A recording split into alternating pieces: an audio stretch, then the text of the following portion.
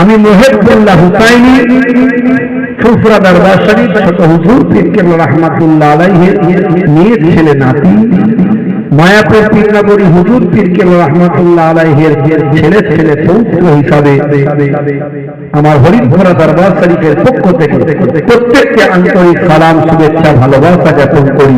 হে তরুণ যুবকেরা, হে আমার বন্ধুরা, হে আমার মুরব্বিয়ানেরা, শুনে রেখেছেন জেনে রেখেছেন পাক মাহফিল দেওয়ার উদ্দেশ্য কি, জলসার মাহফিল করার উদ্দেশ্য কি? কারণ জলসার মাহফিলটা আজ থেকে প্রায় কম বেশি শত বছর পূর্বে এই বাংলার জমিনে যার হাত ধরে শুরু হয়েছিল তিনি আর অন্য কেউ নন, তিনি হলেন আপনার আমার পীর মুর্শিদ জামানার মুজাদ্দিদ হযরত পীর আবু বকর সিদ্দিক রাহমাতুল্লাহ আলাইহি। হে তরুণ যুবকেরা, হে আমার বন্ধুরা, তিনি মানুষকে ইসলামের পথে আহ্বান করেছিলেন। উদউ ইলা সাবিলি রাব্বিকা বিল হিকমাতি ওয়াল মাউইযাতিল হাসানা, তোমরা মানুষকে ইসলামের দিকে আহ্বান করো, ডাকো, সুন্দর উপদেশ, সুন্দর কৌশল। মুজাদ্দিদুল জামান পীর আবু বকর সিদ্দিক রাহমাতুল্লাহ আলাইহি তিনি বাচ্চাদের জন্য মাদ্রাসা মক্তবের প্রতিষ্ঠা করলেন, আর বড় মানুষ বয়স্ক মানুষের জন্য ইসালে জলসা এই ওয়াজের মাহফিলের এটা মাদ্রাসা হিসাবে চালু করলেন। শেখার জানার জায়গা, জলসার মাহফিল মানে কিছু শিকার জানার জায়গা। এখান থেকে মুরব্বী মানুষ যারা মাদ্রাসায় যেতে পারে না, বছরে কয়েকবার তারা জলসা জুলুসের মাহফিলে যাবে, বড় বড় আলেম ওলামাদের বক্তব্য শুনে কিছুটা জ্ঞান অর্জন করবেন। পড়াশোনা করতে হবে, বই পুস্তক পড়তে হবে, জানার শেষ নাই, শেখার শেষ নাই। আল্লাহর নবী বলছেন উতলুবুল ইলমা মিনাল মাহদি ইলাল লাহদ। যদি অনেকে বলেছেন এটা একটা কওল, এটা নবীর কথা নয়। যাই হোক, কথাটা কিন্তু খুব ভালো কথা। মায়ের কোল থেকে মৃত্যুর কোল পর্যন্ত জ্ঞান অর্জন করো, শেখার শেষ নেই, জানার শেষ নেই। হে তরুণ যুবকেরা, হে আমার বন্ধুরা, শুনলেন কি জিন্দাবাদ জিন্দাবাদ। আমার আল্লাহ তাআলা দয়ার নবীকে বলছেন, হে নবী ফাযাক্কির ফাইন্না যিকরা তানফাউল মুমিনিন। হে নবী আপনি ওয়াজ করতে থাকুন, আপনি বলতে থাকুন, আপনি দিনের দাওয়াত দিতে থাকুন। ইউনিভার্সাল বেনিফিট, আপনি ওয়াজ করতে থাকুন, আপনি দাওয়াতটা দিতে থাকুন, আপনি দিনের দাওয়াতটা পৌঁছাতে থাকুন। আপনার ওয়াজটা, আপনার বক্তব্যটা, আপনার আলোচনাটা ইমানদারদের কাজে লাগবে। 60 বছর ধরে ওয়াজ শুনেছে, 60 বছর চাচা এখনো নামাজ পড়েন, তার কি ওয়াজ শোনা হয়েছে? শোনা হয়নি। বুঝতে পারছো? চাচাও ছুটছে, ছাগলও ছুটছে। ছাগল ছুটে ছুটে মসজিদে ঢুকে গেছে। চাচা মসজিদের সিঁড়িতে দাঁড়িয়ে বলছে, হ্যাঁ কি ব্যাপার? কি ব্যাপার? এই যে ছাগলটাকে তাড়াচ্ছ, মসজিদে নয় ঢুকে গেছে, এইরকম বেরো চেঁচামেচি বেরো এইসব করে তাড়াচ্ছ, ভদ্রভাবে ছাগলটাকে তাড়াতে পারছো না। মুসলিমদেরকে বলছে ভদ্রভাবে ছাগলটাকে তাড়াতে পারছো না, এখানে কি হয়েছে বলো না? ওই ছাগলটার কি কোনো বুদ্ধি আছে? বুদ্ধি থাকলে মসজিদে ঢুকতো? আমাকে কোনদিন ঢুকতে দেখেছো? চাচার অনেক বুদ্ধি, মসজিদে ঢুকে নেই। 60 বছর ওয়াজ শুনছে, জলসা হলে যায়, খানা খেয়ে বাড়ি পৌঁছায়। বুঝতে পারছো? নিজেও খায়, মাঝে মাঝে চাষির জন্য নিয়ে যায়।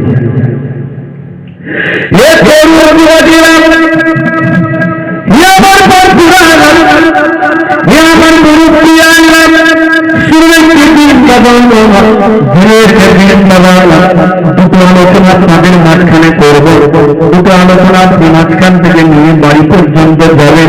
যদি বাড়ি পর্যন্ত পৌঁছাতে পারেন এই দুটো আলোচনাকে যদি আমার আত্মস্থ করতে পারে, অনুধাবন করতে পারে, ইনশাআল্লাহ আমাদের নাফাহতি হবে, আমাদের উপকারে লাগবে।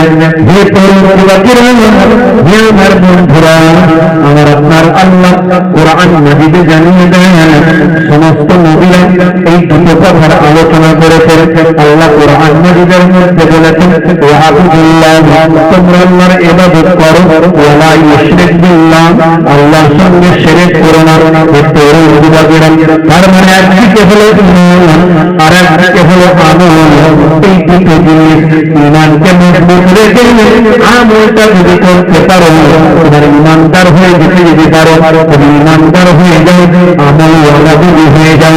তোমার জন্য আমার আল্লাহ লোকবার ঘোষণা করেছেন কোরআন মাজিদের, ইন্নাল্লাযীনা আমানু ওয়া আমিলুস সালিহাত কানাত লাহুম জান্নাতুল ফিরদাউসি নুজুলা। ওই সমস্ত আমার বান্দা বান্দীরা যারা ঈমানটা এনেছে, সেই মতো আমলটা করেছে, তাদের জন্য আমার আল্লাহ দয়ার জন্য জান্নাতুল ফিরদাউস দান করে দিলাম। জোরে হবে না? জোরে হবে না? তোমার ভিতরে আল্লাহর ভয় আসবে না কোনদিন, কোনো পরাজয় আসবে না কোনদিন, কোনো পরাজয়। হারাম হালাল জেনে সরল সত্য মেনে নিষিদ্ধ সব ছেড়ে উঠব জীবন মেরে। হারাম হালাল জেনে সরল সত্য মেনে নিষিদ্ধ সব ছেড়ে উঠব জীবন মেরে। যাবে তুমি জান্নাতে যারা ছিল প্রথম তোমার, তোমার বুকের আল্লাহর ভয় আসবে না কোনদিন, কোনো পরাজয়। বলুন না সুবহানাল্লাহ। আপনার মধ্যে যদি ঈমান আর আমলের দুটো জিনিস থাকে, কখনো আপনার পরাজয় হবে না, আপনি কখনো অসফল হবেন না, পথভ্রষ্ট হবেন না।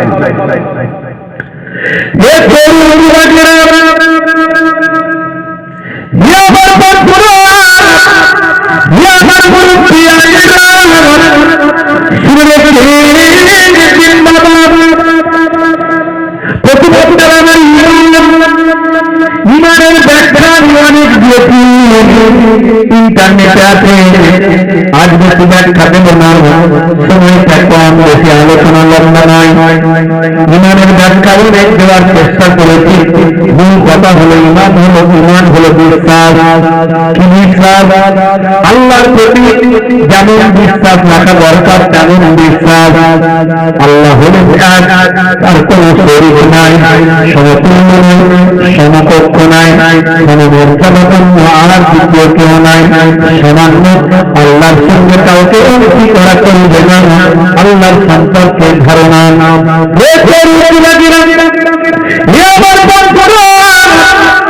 এক লক্ষ পৃথিবীতে সমস্ত নবীদেরকে বিশ্বাস করতে হবে, মানতে হবে, রিসপেক্ট, সম্মান, শ্রদ্ধা, ভালোবাসা, ভক্তি রাখতে হবে। তবে আমাদের নবী হলেন নবীদের নবী, নবীদের নেতা, ইমামুল আম্বিয়া, নবীদের নবী, নবীউল আম্বিয়া, ইমামুল আম্বিয়া। আমাদের নবীকে আল্লাহ কুল কায়নাতের জন্য রাহমাতুল লিল আলামিন করেছেন। ওয়া মা আরসালনাকা ইল্লা রাহমাতাল লিল আলামিন। আমাদের নবীকে আল্লাহ সারা কুরআনের জন্য রহমত করে পাঠিয়েছে এবং তাকে নবীদের ইমাম বানিয়েছেন। যেটা বলেন সুবহানাল্লাহ। নবীদের সম্পর্কে ধারণা, আসমানি কিতাব, যত আসমানি কিতাব এসেছে সব বিশ্বাস করতে হবে। 104 কতগুলো? যেটা বলেন 104টে আসমানি কিতাব। অনেকে শুধু বলেন 4টে, আর 4টে তো বড় কিতাব, বাকি সহিফা ছোট কিতাব আরো 100টা। কেন এগুলো পাঠানো হয়েছে এগুলো আমি ইন্টারনেটে বলেছি, ইন্টারনেটে আছে, দেখবেন 20-25 হাজার বক্তব্য আমার আছে। আসমানি কেতাবগুলো কেন পাঠানো হয়েছে সেগুলো ব্যাখ্যা করেছি আমি, আজ আর ব্যাখ্যা করবো না। কোরআন মাজিদ কেন আমাদের কাছে এসেছে, এক কথায় যদি বলি, কোরআন মাজিদ হলো আমার আপনার গাইডলাইন বুক। আপনাকে আমাকে কিভাবে গাইড করবে সেটা কোরআন মাজিদে লিপিবদ্ধ করা আছে।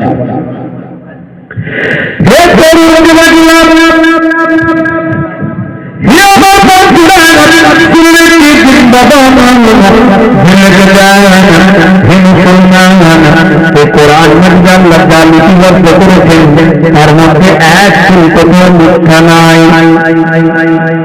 এক চুল কোথাও ভুল নাই, মিথ্যা নাই। আল্লাহ নিজে কোরআনে বলেছেন, যালিকাল কিতাব লা রাইবা ফীহি হুদাল লিল মুত্তাকিন। এটা হলো সেই কিতাব যাতে কোনো সন্দেহের অবকাশ নাই, মুত্তাকি বান্দারা এই কিতাব থেকে হেদায়েত প্রাপ্ত হবে। জোরে হবে না? আমার আল্লাহ কোরআন মাজিদে নিজেই বলে দিয়েছেন, এই কিতাব নাযিল করেছি আমি, আর এর হেফাজতের দায়িত্বটাও আমি আল্লাহ নিজে গ্রহণ করে বলেছি। জোরে হবে না? আর জোরে হবে না?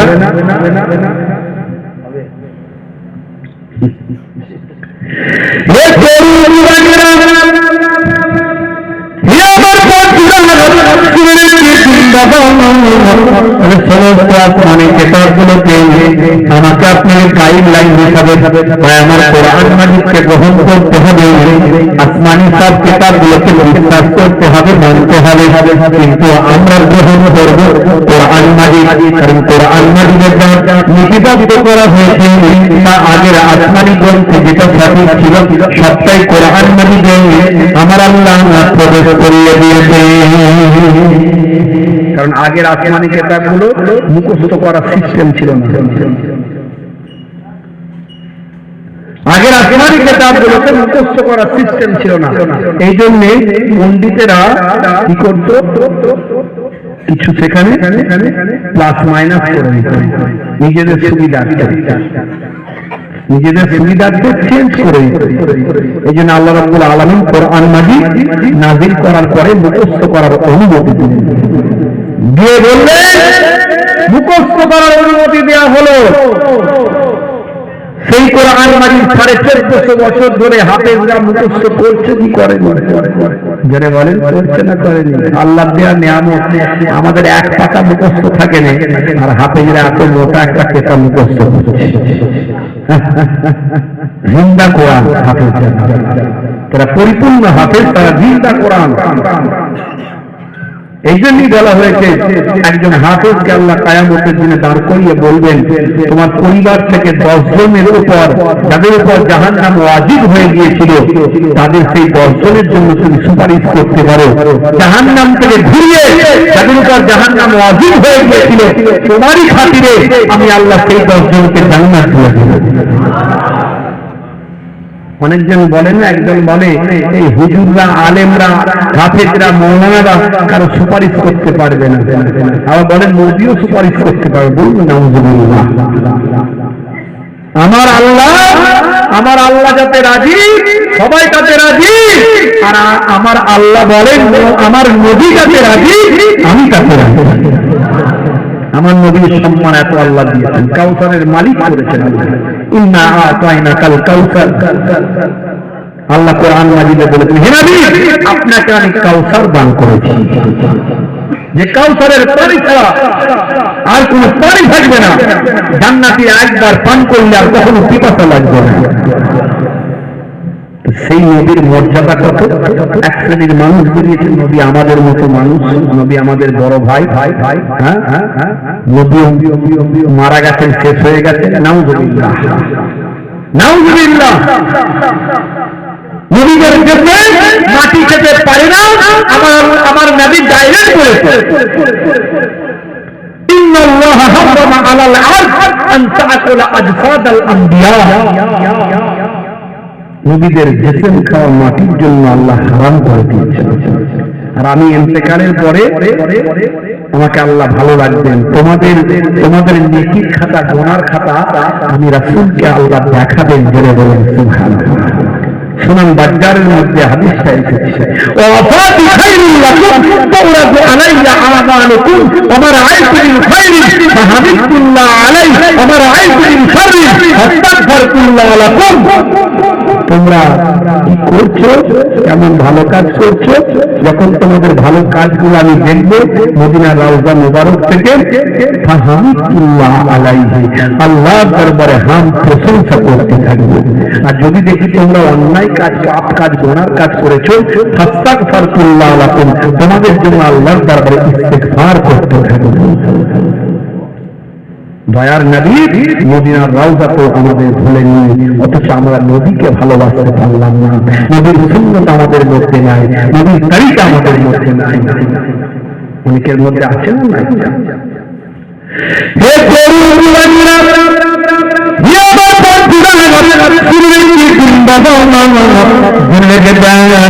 খালি ইমানের কথা বলছিলাম, আসমানি কিতাবগুলোকে বিশ্বাস করতে হবে, সমস্ত পয়গম্বরদের মানতে হবে, যত ফেরেশতা আছে সব ফেরেশতাদের বিশ্বাস করতে হবে, না দেখলেও মানতে হবে। ফেরেশতা আছে তারা আল্লাহর হুকুম, আল্লাহর কাজ করতে তারা ব্যস্ত আছে, তারা খায় না, পান করে না, তাদের ইবাদত কেবল মাত্র আল্লাহর হুকুমের। তাদের ঘুম নাই, তান্দ্রা নাই, তারা কোনো সময় কর্মচ্যুত হয় না, আল্লাহর হুকুমের মধ্যে তারা আছেন। এই ফেরেশতাদের বিশ্বাস করতে হবে। ভাগ্য ভালো মন্দ যা কিছু হয় আল্লাহর কাছ থেকে হয়। বাপ মারা গেছে, ফসল নষ্ট হয়েছে, কারবারে লস হয়েছে, সব আল্লাহর কাছ থেকে হয়েছে। এই বিশ্বাস যদি আপনার মধ্যে থাকে মনে রাখবেন, তবে আপনি ঈমানদার হতে পারলেন। সবকিছু করেন আর বাপ মারা গেছে সহ্য করতে পারছেন না, বাজে বাজে মুখ থেকে কথা বেরোচ্ছে আপনার। এত লোকের বাপ দেখতে পাওনি, আমার বাপটাকেই দেখতে পেলে আল্লাহ। এত লোকের ছেলে দেখতে পাওনি, আমার ছেলেটাকেই তুলে নিল আল্লাহ। আল্লাহ সম্পর্কে অসম্মানজনক কথা বলছেন, না সবার না শুকরিয়া। আপনার জবান থেকে এমন বাক্য বের হচ্ছে, ওয়ালা নাবলুআন্নাকুম বিশাইইন মিনাল খাউফি ওয়াল জু'i ওয়া নাকসিন মিনাল আমওয়ালি ওয়াল আনফুসি ওয়াস সামারাত ওয়া বাশশিরিস সাবিরিন। আল্লাহ কোরআন মাজিদে বলেছেন, এই মাঝে মাঝে তোমাদের পরীক্ষা করি বান্দা, তোমাদের জানের ক্ষতি দিয়ে, মালের ক্ষতি দিয়ে, তোমাদের ফল ফুলের ক্ষতি দিয়ে তোমাদেরকে পরীক্ষা করি, দেখি কে সবর করে। জোরে বলুন, যারা সবর করে তাদের জন্য রয়েছে সুসংবাদ। ইমানদারের উপর যখন বিপদ আসে জানবেন, ইমানদারের উপর বিপদ আসছে মানে তাকে পরীক্ষা করা হচ্ছে, আরো তার মর্যাদা বাড়ানো হবে যদি সে পরীক্ষায় উত্তীর্ণ হতে পারে। আর বেঈমান, মুশরিক, জালেমের উপর বিপদ আসছে মানে জানবেন সেটা আল্লাহর গজব, আল্লাহ নাযিল করছে। বুঝে নিতে হবে, কেউ বলে দেবেন এটা বুঝে নিতে হবে।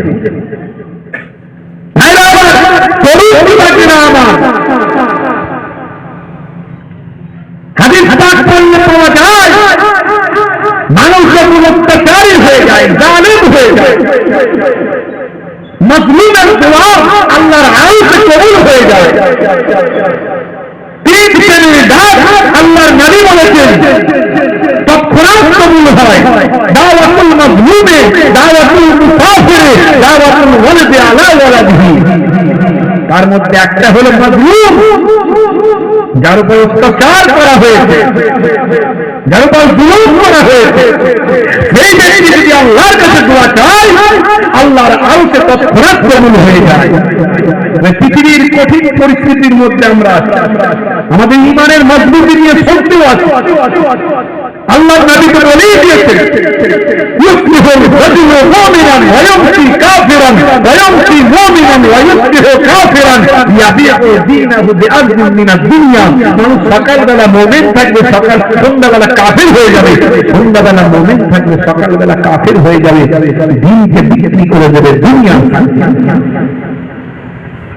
তোমরা আল্লাহকে ডাকি, নবীকে ডাকি, নবীর হুকুম মানার চেষ্টা করি, আল্লাহর নির্দেশ মানার চেষ্টা করি,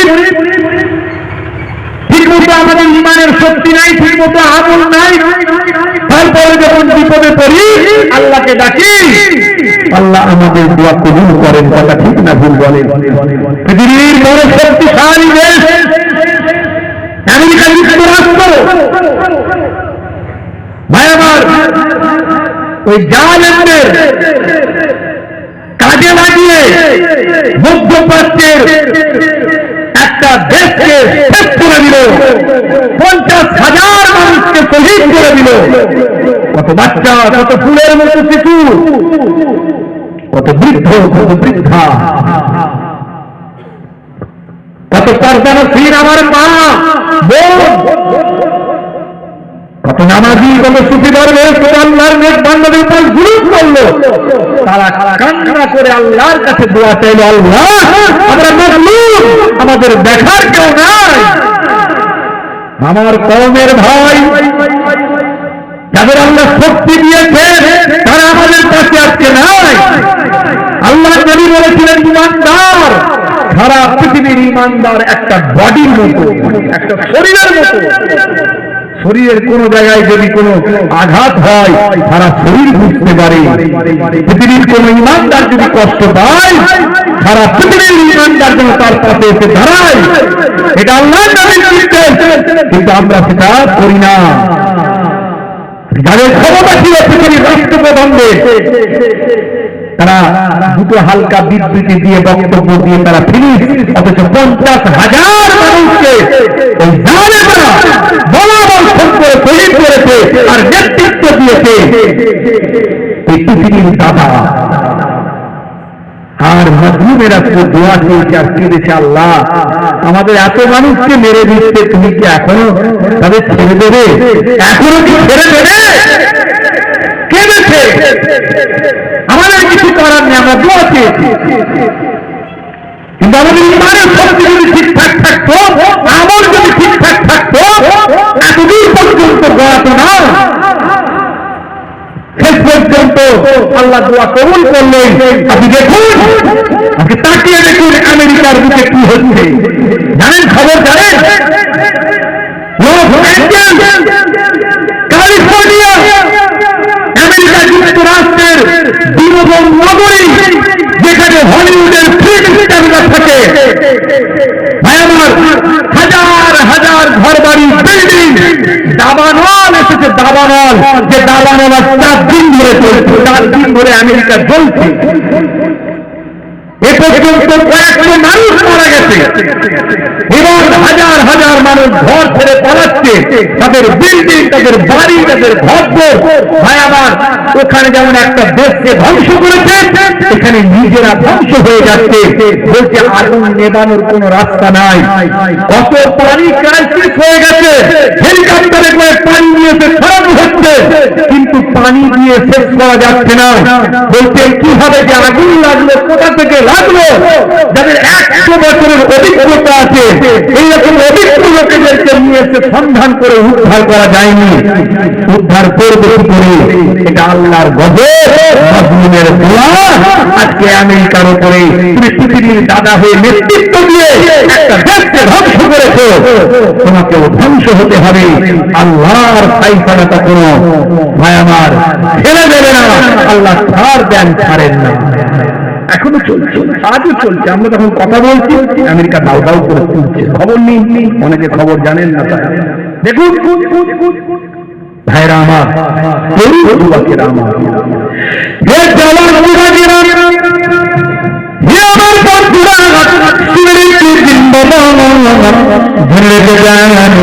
শহরের পর শহর আজকে তাদের পড়তে শুরু করেছে। লস অ্যাঞ্জেলস থেকে শুরু করে আমার নিউ ইয়র্কে পর্যন্ত ঢুকে গেছে। নিউ ইয়র্কে পর্যন্ত আগুন ঢুকে গেছে। বলছে আগুন বাড়ছে, এমন দাবানল চলছে, এমন ঝোড়ো হাওয়া বলছে, সেই হাওয়াতে আগুনকে তাড়িয়ে তাড়িয়ে নিয়ে যাচ্ছে। আর মানুষগুলো সব বিভ্রান্ত হয়ে ঢুকে বেড়াচ্ছে। হে তরুণ যুবকেরা, হে আমার বন্ধুরা, আমার আল্লাহ যখন গজব দেবেন পৃথিবীর সমস্ত বাগান সমস্ত শক্তিকে আল্লাহ ধূলিসাৎ করতে কয়েক সেকেন্ডের মধ্যে টাইম নেবেন।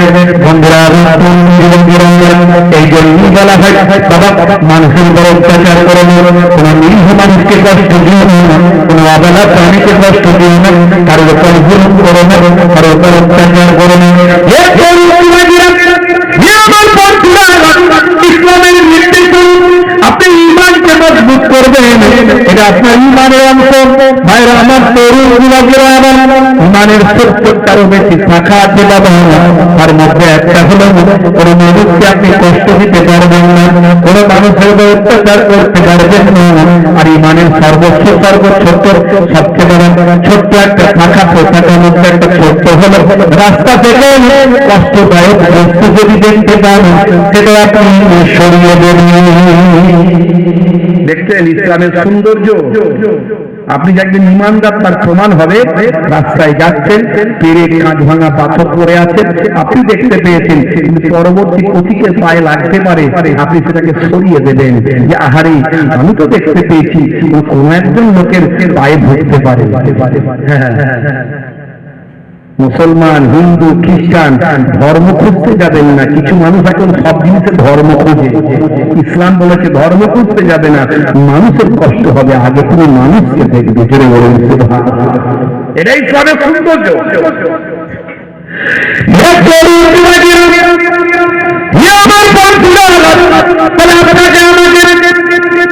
ভাগ্যে ভালো বন্ধুটা কিছু বিশ্বাস করতে হবে, কিয়ামতের দিন বিচারের দিন হবে, বিশ্বাস করতে হবে। এতগুলো জিনিসকে বিশ্বাস করবেন, এটা হলো ঈমান। এই ঈমানকে আগে ঠিক করবেন। ঈমান মানে হলো সিম কার্ড। সিম কার্ড ছাড়া মোবাইলের যেমন কোনো দাম নাই, ঈমান ছাড়া অ্যান্ড্রয়েড বডিটা কোনো মূল্য নাই। আগে সিম কার্ডটা লাগাতে হয়, তারপর নাম্বার পাওয়া যায়। নাম্বার পেলে হোয়াটসঅ্যাপ, ফেসবুক বিভিন্ন অ্যাপগুলো ডাউনলোড করা যায়। কোনো অ্যাপ ডাউনলোড করে চালু করতে গেলে নাম্বার দিতে হয়। আমার আগে সিম কার্ড ছাড়া মোবাইলটার কোনো মূল্য নাই। সিম কার্ডটা লাগালে তবে নাম্বার পাবেন, অ্যাপ ডাউনলোড করবেন, তাহলে অ্যাপের মধ্যে দিয়ে বন্ধুর সঙ্গে যোগাযোগ করবেন। এখানে আপনার ইমানের সিম কার্ডটা অ্যান্ড্রয়েড বডিতে লাগাবেন, এরপরই আপনি অ্যাপ ডাউনলোড করতে পারবেন। একটা অ্যাপের নাম হলো নামাজ, আর একটা অ্যাপের নাম হলো রোজা। এইভাবে অনেকগুলো অ্যাপ আপনি ডাউনলোড করতে পারবেন। ওখানে যেমন হোয়াটসঅ্যাপ আর ফেসবুকের মধ্যে দিয়ে বন্ধুর সঙ্গে বন্ধুর যোগাযোগটা হয়, এখানে তেমন নামাজও তার মধ্যে দিয়ে আল্লাহর সঙ্গে বান্দার যোগাযোগ হয়। ইমানটা ওই জন্য আগে ইমানের কথা বললাম, এবারে আমল খুব সংক্ষেপে বলবো, লম্বা চওড়া নয়। ইমানের আলোচনা করতে গেলে ওটাই 2 ঘন্টা হয়ে যাবে, কিন্তু সেদিকে যাবো না। এরপর আমল। আমার আল্লাহ কোরআন মাজিদের মধ্যে বললেন, মা খালাকুল জিন্না ওয়াল ইনসা ইল্লা লিয়াবুদুন। আমি জিন জাতি এবং মনুষ্য জাতিকে আমার ইবাদত বন্দেগী করার জন্য আমি আল্লাহ সৃষ্টি করেছি। হে তরুণ যুবকেরা, হে আমার বন্ধুরা, শুনে রেখেছেন, জেনে রেখেছেন, হে মুসলমান, হে আমার তরুণ যুবকেরা, আমার আল্লাহ আপনাকে আমাকে ইবাদতের জন্য পাঠিয়েছেন। ইবাদত ছাড়া অন্য কোনো উদ্দেশ্য নেই। ভালো করে কথাটা বুঝবেন। কোরআনের আয়াত, একটা আয়াতকে নিয়ে অনেক বড় বড় ব্যাখ্যা হয়ে যায়, একটা আয়াতকে নিয়ে পাতার পর পাতা লেখা হয়ে যায়, একটা আয়াতকে ব্যাখ্যা করতে গিয়ে একটা বই লেখা হয়ে যায়। কোরআনের আয়াতের এত গভীরতা, এত মর্যাদা, এত তার তাৎপর্য। আমি সংক্ষেপে বলি, আল্লাহ বললেন আমি ইবাদতের জন্য মানুষকে সৃষ্টি করেছি, জিন এবং ইনসানকে ইবাদতের জন্য পাঠিয়েছি। ইবাদত ছাড়া অন্য কোনো উদ্দেশ্য নয়। তাহলে পৃথিবীর জমিনে যতদিন বাঁচবেন ততদিন ইবাদত করবেন, ইবাদতটা শুরু করবেন। ইবাদত মানে নামাজ, রোজা, হজ, যাকাত, মানে কাজ কারবার, ব্যবসা বাণিজ্য কি হবে। আমি বলি এই জন্য ভুল ব্যাখ্যা করবেন না। কাজকর্ম, ব্যবসা বাণিজ্য, চাষবাস, সংসার, ধর্ম ছেড়ে নিয়ে ঘুম আমার ঘুম থেকে শুরু করবেন। আমার যা কিছু করেন না কেন সব কিছুই যদি নবীয়ান তরিকায় হন, সবচেয়ে আপনার ইবাদত বলে গণ্য হয়। সবটাই ইবাদত, কিন্তু সুন্নতের তরিকায় নবীর দেখানো পথে হতে হবে, সব ইবাদত হবে। হে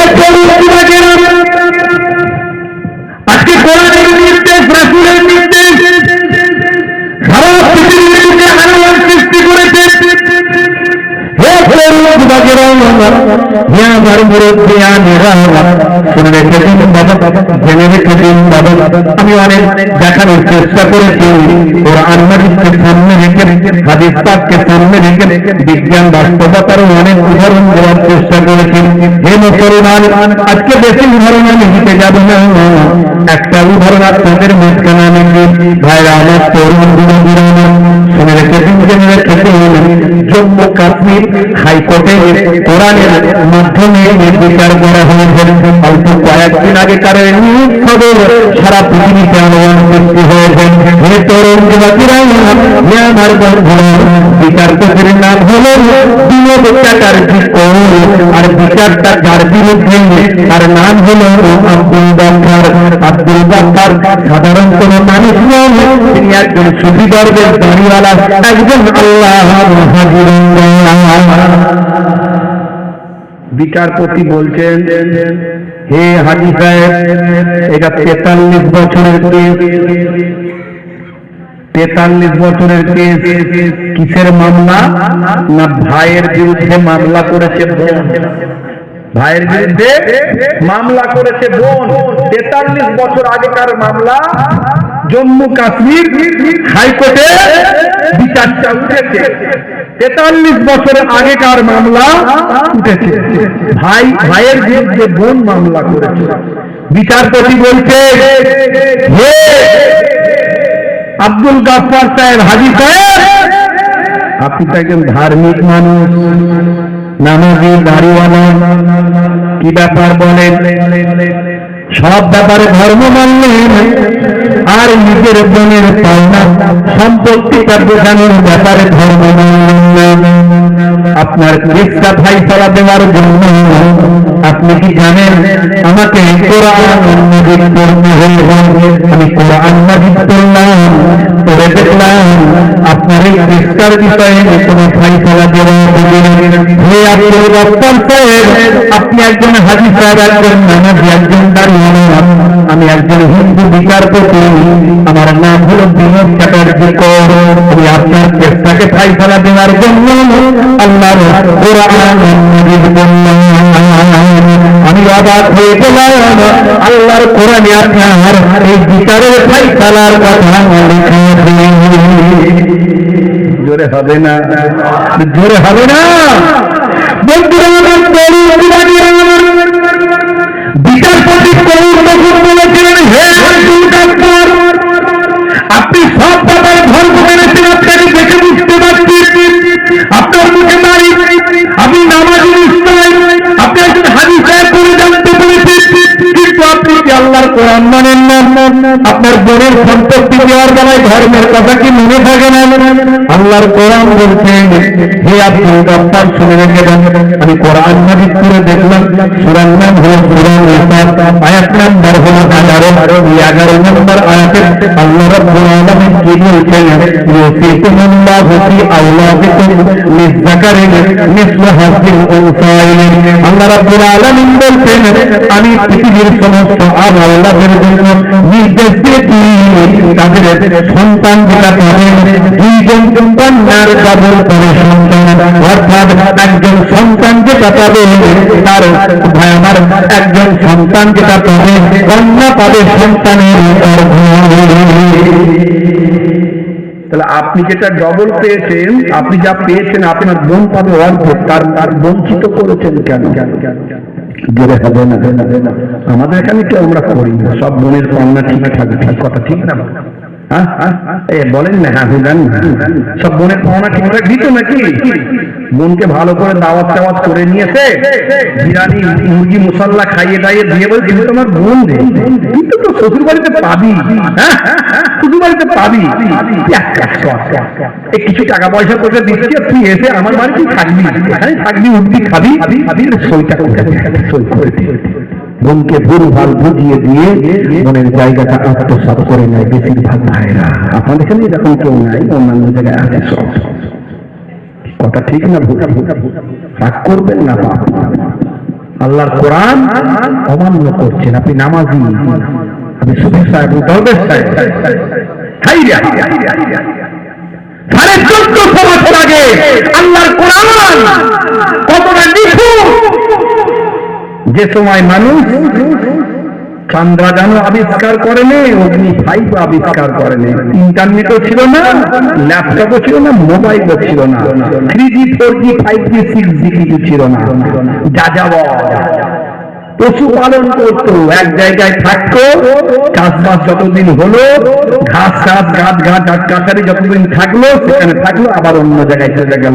এইরকম সময় আমার নবীর উপর কোরআন মাজিদ পৃথিবীর সর্বকেটেস্ট এবং লেটেস্ট, পৃথিবীর শ্রেষ্ঠ বিজ্ঞানের চোখে বিজ্ঞানের কেতাব, দর্শনের দিনের চোখে দর্শনের কেতাব, ফিলোসফির কেতাব, হিস্টোরিয়ানের চোখে হিস্ট্রির কেতাব, জিওগ্রাফার ভাই আমার একজন ভূগোলবিদের চোখে ভূগোলের কেতাব, একজন এনভায়রনমেন্টাল সায়েন্স যিনি বিশেষজ্ঞ তার চোখে একটা পরিবেশবিদের কেতাব। ছেড়ে বলুন সুবহানাল্লাহ। যে অ্যাঙ্গেল থেকে দেখেন কোরআন তার কাছে সেটাই মনে হয়। দেখেছেন? এরপরেও মুসলমান আমরা কোরআন বুঝলাম না, একটা আয়াত দিলাম না। এরকম অনেকগুলো আমার নলেজে আল্লাহ দিয়েছেন, আমি অনেকগুলো উদাহরণ দিই, কিন্তু আমি সময় বাড়াতে চাইছি না।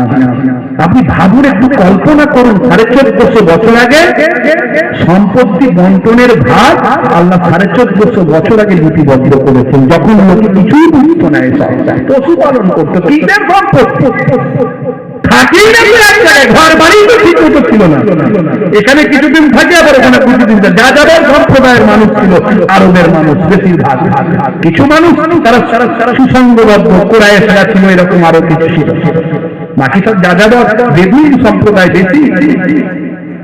ভাইরা আমার, এই সময় আল্লাহ ফায়সালা দিচ্ছেন।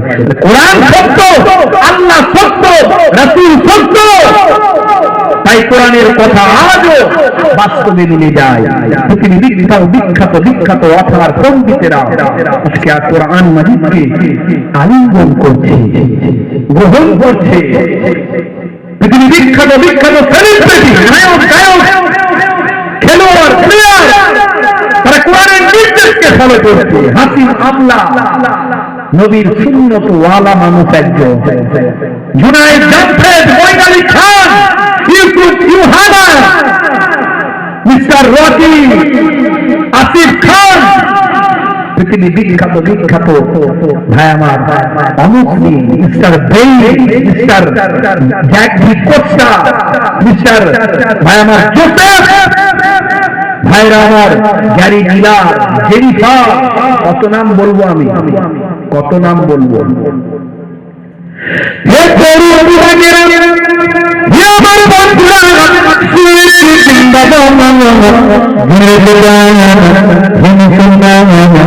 আপনাকে আমাকে ইবাদতটা করতে হবে।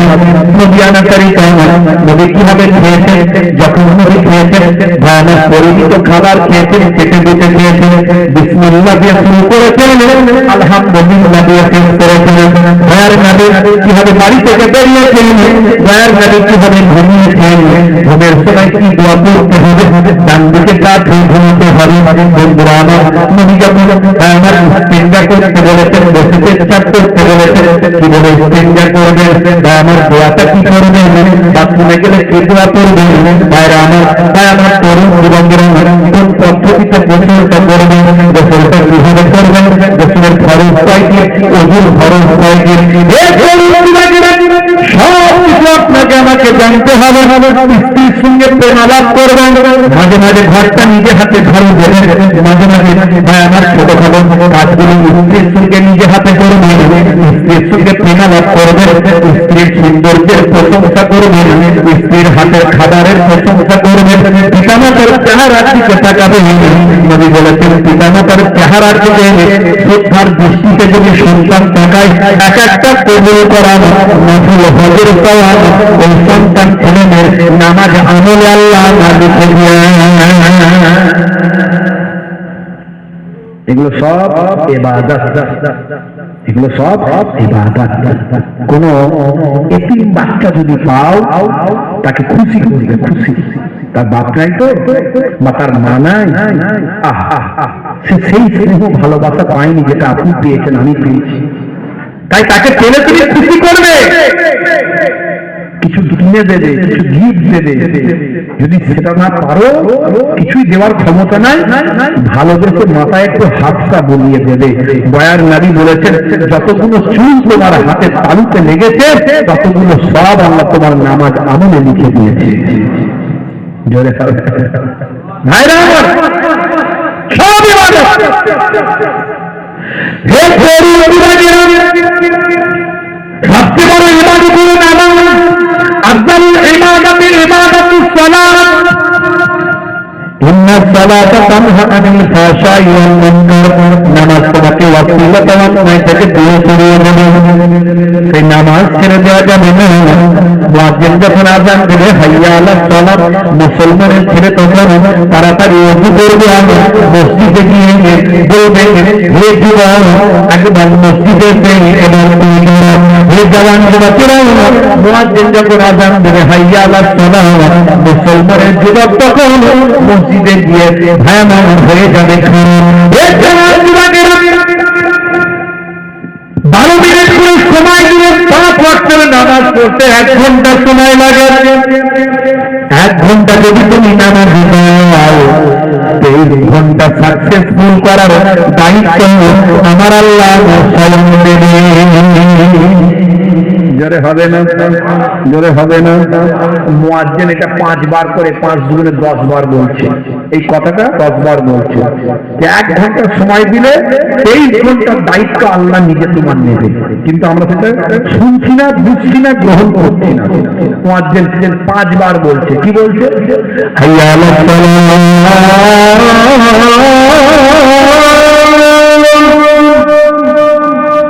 এসো নামাজের দিকে এসো, নামাজের দিকে এসো। এলে কি হবে?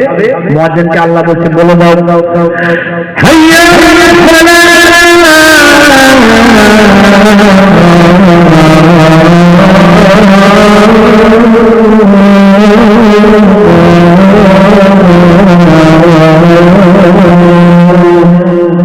নামাজের দিকে এলে আমি আল্লাহ তোমাকে কামিয়াবি দান করে দেব। জোরে হবে না? 23 ঘন্টা তোমার সাকসেসফুল হবে, কিন্তু নামাজে আসতে হবে। মুসলমান যুবক বললে তো হবে না আমার এটা হচ্ছে না, ওটা হচ্ছে না, সেটা হচ্ছে না, এই পাচ্ছি না, ওই পাচ্ছি না, এই ইনকাম হচ্ছে না, ওই ইনকাম হচ্ছে না, এই থাকছে না, ওই থাকছে না, এই বিপদ, ওই বিপদ। নামাজে গিয়ে সিজদায় গিয়ে 1 সপ্তাহ কাঁদো। তুমি কাঁদবে, আল্লাহ দেখবে। তুমি কথা বলবে, আল্লাহ শুনবে। আর দ্বিতীয় কেউ শুনবে না। পারবে? 1 সপ্তাহ আমি তোমাকে তোমাদের পীরের ঘরের আওলাদ হিসাবে তোমাকে বলে যাচ্ছি, 1 সপ্তাহ তুমি এই ডিউটিটা করো। নামাজে গিয়ে সিজদায় কাঁদতে হবে তোমাকে। লোক দেখানো নয়, অরিজিনাল কাঁদো, কেঁদে দোয়াটা চাও। দেখো 1 সপ্তাহ পরে ভালো রেজাল্ট পাও কিনা আমাকে ফোন করবে। আজও আমরা বুঝতে পারছি না। পৃথিবীর দাদা আজকে শেষ। কাঁদছে পৃথিবীর দাদা, বলছে কি করে আগুনটা নেভাবো, কি করে আগুন নেভাবো ভেবে ফুল পাচ্ছে না। পানি ছেড়ে হেলিকপ্টার কাজ করছে না।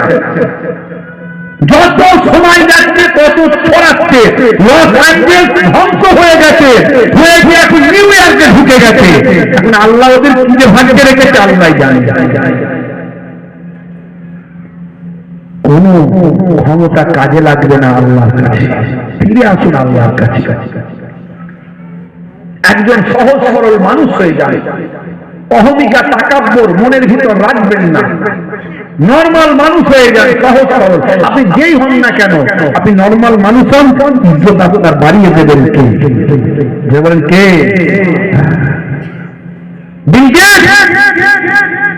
বিল গেটস একজন অমুসলিম, কিন্তু তারা নবীর এই আদর্শ গ্রহণ করেছে। বিল গেটসকে দেখা যাচ্ছে একটা দোকানের সামনে লম্বা লাইন হয়েছে কোনো কিছু কেনার, সেখানে বিল গেটস পৃথিবী বিখ্যাত ধনীদের তালিকায় কয়েক নাম্বারে আছে, সে লাইনে মানুষের সঙ্গে সিম্পল ভাবে লাইন দিয়েছে। লোকে অবাক, যে লোকটা এরকম সব দোকান কিনে ফেলতে পারে, সে দোকান থেকে একটা মাল কিনতে গেছে, সেও সাধারণ মানুষের জন্য লাইন দিয়েছে। এই আদর্শ তো নবী শিখিয়েছে। যারা এই আদর্শ ফলো করেছে তারা পৃথিবীর শ্রেষ্ঠ হয়ে গেছে। আমাদের একটু টাকা পয়সা হলে জমিনে পা পড়তে চাই না, একটু আমি কিছু হয়ে গেলে আর কিছু নিজেকে ভাবি, বুঝতে পারছো? অনেক আবার একটু কিছু হয়ে গেলে এমন ভাবে চাল চলন করে, এমন চলাফেরা করে যাতে লোকের সঙ্গে কথা বলার সাহস না পায়, মুখকে সবসময় বাংলার পাঠ করে দেবে, যাদের লোকে ভয় পায়, কথা বলতে না পারে। আমি একটা কিছু হয়েছি না, কিছু একটা হয়েছি তো একটা, আমাকে নর্মাল লোকেরা আমার সঙ্গে কথা বলে ফেলবে, আমার সঙ্গে একদম সাধারণ ভাবে মিশে ফেলবে, এমন কিছু হতে হবে তো, আমি কিছু হয়েছি এমন করে রাখো, ভাব ভঙ্গিমা চাল চলন ওটা বসা, হ্যাঁ এমন ভাবে থাকো যাতে করে সাহস পাই, যাতে সাহস না পাই, নর্মাল ভাবে কথা বলার, মুখকে বাংলার পাঠ করে রাখি। সেখানে যদি কাজ না হয় মোটা গপ রাখো, মোটা গপ। মুখ দেখা দিতে লোকে ভয় পাবে, সহজে কথা বলতে পারবে না, ভয় পাবে, ভাববে, চিন্তা করবে। গোপেও যদি কাজ না হয় আবার পাক দেয়, যাতে করে গোপের পাক পাক দেখে যেন ভয় পায়, তো সহজে যেন কথা বলতে না পারে। আর আমার নবীর দরবারটা কেমন, যাকে আল্লাহ দিন দুনিয়ার বাদশা করেছেন, দিন দুনিয়ার বাদশা, 200 কোটি মানুষ প্রতিনিয়ত নবীর জন্য পাগল, সেই নবীর দরবারে একটা বাচ্চা ছেলে ঈদের দিনে কাঁদতে কাঁদতে চলে আসছে, ইয়া রাসূলুল্লাহ, ইয়া হাবিবাল্লাহ, ও আল্লাহর নবী, আমার নবী ওয়াজ করতেন, নবীর ওয়াজ সাহাবারা শুনতে, কেমন ওয়াজ বুঝতে পারছি, সাহাবারা পেরেছেন নবীর ওয়াজ শোনার জন্য, কিন্তু একটা বাচ্চা কাঁদছে। আমার নবী কি করলেন, ওয়াজ বন্ধ করে দিলেন, দিয়ে আগে তাকে জিজ্ঞাসা করলেন না কেন কাঁদছো, কি হয়েছে, এই হয়েছে, কোনো কথা নয়, আগে বাচ্চা কাঁদছে তাকে ভুলাতে হবে। নবীর শিক্ষাটা দেখুন, বাচ্চা কাঁদছে তাকে ভোলাতে হবে। হাদিস পাকের মধ্যে এসেছে আল্লাহ নবী বাচ্চাটিকে কোনো কথা আগে জিজ্ঞাসা না করে কোলে তুলে দিয়ে এগালে একটা চুম্বন, ওগালে একটা চুম্বন দিলেন। নাক দিয়ে ঝরছিল সর্দি, চোখ দিয়ে পানি, গা দিয়ে দুর্গন্ধ, পোশাকটা ছেঁড়া ফাটা, এই রকম বাচ্চা কোলে তুলে নিয়ে দয়ার নবী এই গালে চুম্বন, ও গালে চুম্বন দিয়ে বলছেন, বাবা কেন তুমি এবার কাঁদছো বলো, কেন তুমি কাঁদছো, লিমা তুবকিকা।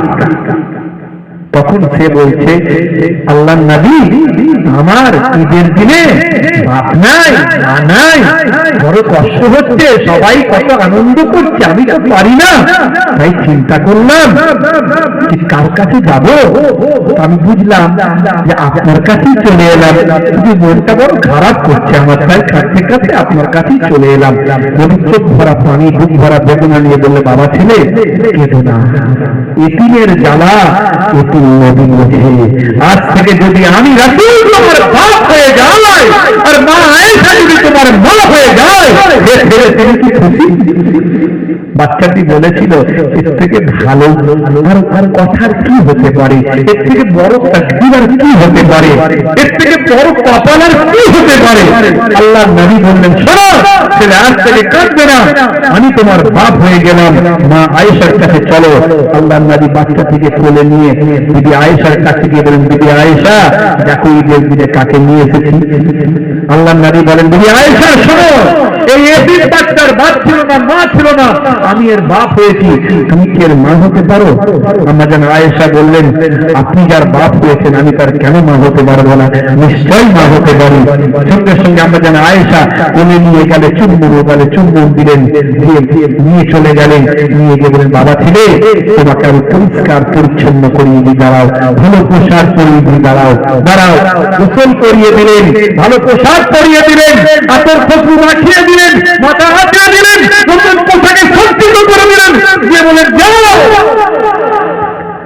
এতক্ষণ আগে তোমাকে মদিনার বাচ্চারা দেখেছিল, তোমার নাক দিয়ে সর্দি, চোখ দিয়ে পানি, গা দিয়ে দুর্গন্ধ, পোশাকটা ছেঁড়া ফাটা। এখন তোমার সুন্দর চেহারাটা মদিনার বাচ্চাদের দেখিয়েছে।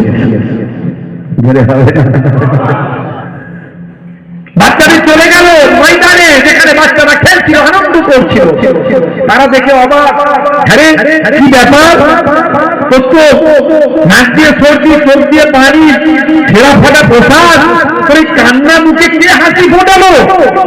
বাচ্চাটি আনন্দের অশ্রু বিসর্জন করে বলেছিল, হে মদিনার বাচ্চারা, কিছুক্ষণ আগে আমার বাপ ছিলেন না, মা ছিলেন না, আমার দুঃখ দুর্দশার সীমা ছিল না। এখন আমি এমন বাপের বাপ পেয়েছি, এমন মায়ের মা পেয়েছি, যে বাপ, যে মা পৃথিবীর আর কেউ কোনোদিন পাবে না। মনে হবে না? কে তোর বাপ, কে তোর মা? বলছে আমার পিতা হলেন আখিরি জামানার পয়গম্বর, আর আমার মাতা হলেন জগৎ জননী মা আয়েশা। জোরে হবে না?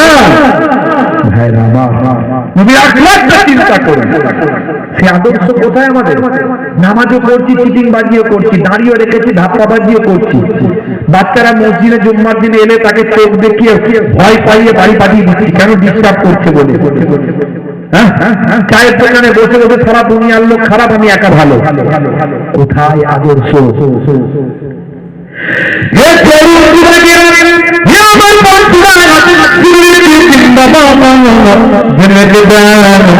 পৃথিবীর বুকে একজন বাচ্চা এসেছিলেন, সারা পৃথিবীর রাজত্ব করেছিলেন চারজন বাচ্চা। তার মধ্যে একজন হলেন হযরত নবী সুলাইমান আলাইহিস সালাম। সুলাইমান নবীকে আল্লাহ এত মেধা দিয়েছিলেন, এত বুদ্ধি দিয়েছিলেন, এত বিচক্ষণতা দিয়েছিলেন। আমার আল্লাহ বললেন, হে নবী সুলাইমান, তোমাকে আমি দুটো জিনিসের মধ্যে একটা দেব, বলো তুমি কি পেতে চাও? একদিকে তোমাকে আমি রাজ্য দেব, আর একদিকে তোমাকে আমি এলেম দেব, তুমি দুটোর মধ্যে একটা পাবে, কোনটা তুমি পেতে চাও? হযরত সুলাইমান নবী চিন্তা করলেন, আমি যদি রাজ্য নিই, লোকে আমাকে বাচ্চা বলবে, আমার কথা ইন্তেজার করবে, আমার কথা শুনবে। আর আমি যদি এলেম না জানি, বিদ্যা না জানি, আমি যদি জ্ঞান না থাকে, আমার মধ্যে এলেম যদি না থাকে, মহান আল্লাহ যিনি আমাকে রাজ্য দেবেন, সেই আল্লাহকে আমি চিনতে পারবো না।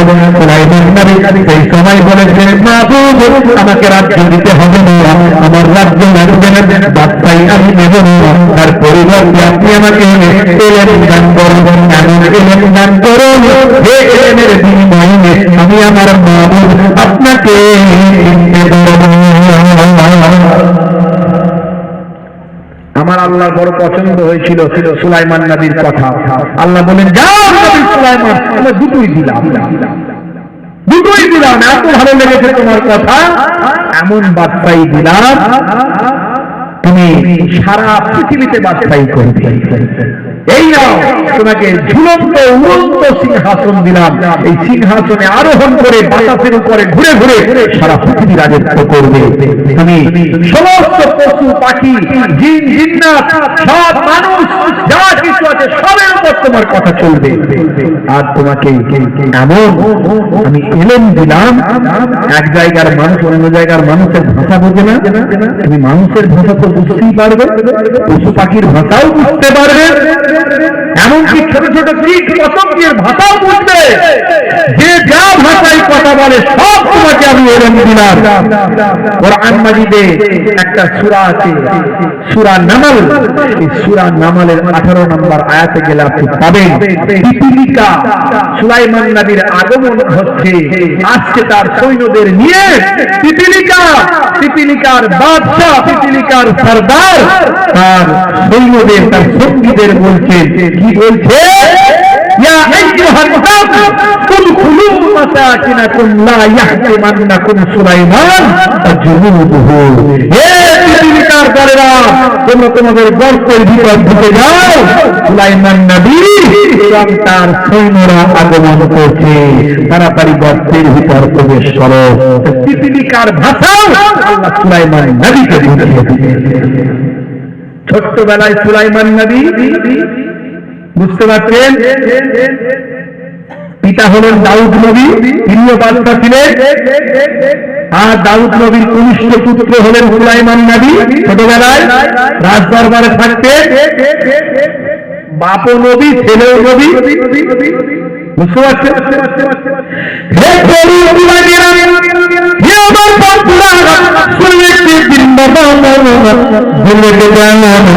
একদিন একটা বুড়ি বাইরে আমার বাড়িতে বাবা আমার রুটি তৈরি করছে, নিজের খাবারের জন্য। একজন ভিখারি, একজন সাহেব, একজন অসহায় মানুষের বলে গরুমা কিছু খাবার দাও। এমন সময় গরুমা নিজের জন্য যতটুকু রুটি ছিল সামান্য ছিল, বেশি কিছু ছিল। সেই রুটিটাকে গরুমা সেই সাহেব অসহায় মানুষটিকে খাইয়ে দিলেন।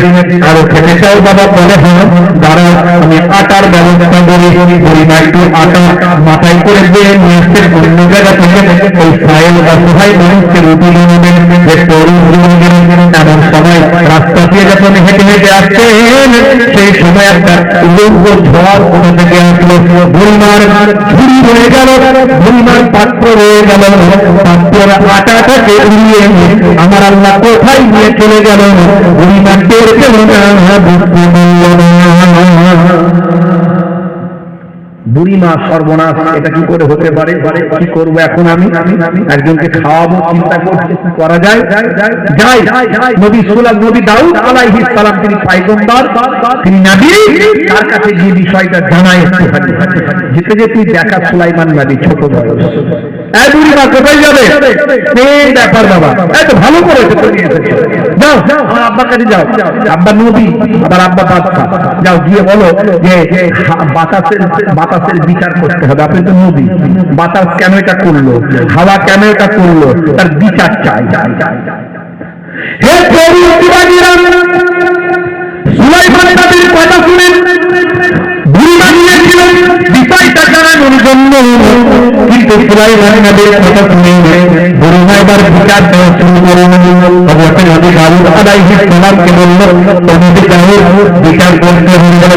বিচার বুড়িমা বলে, বাতাসের আমি একটা অসহায় মানুষের জন্য আহারের ব্যবস্থা করেছিলাম, তার পেট ভরানোর জন্য আটার কিনিয়ে গেছিলাম।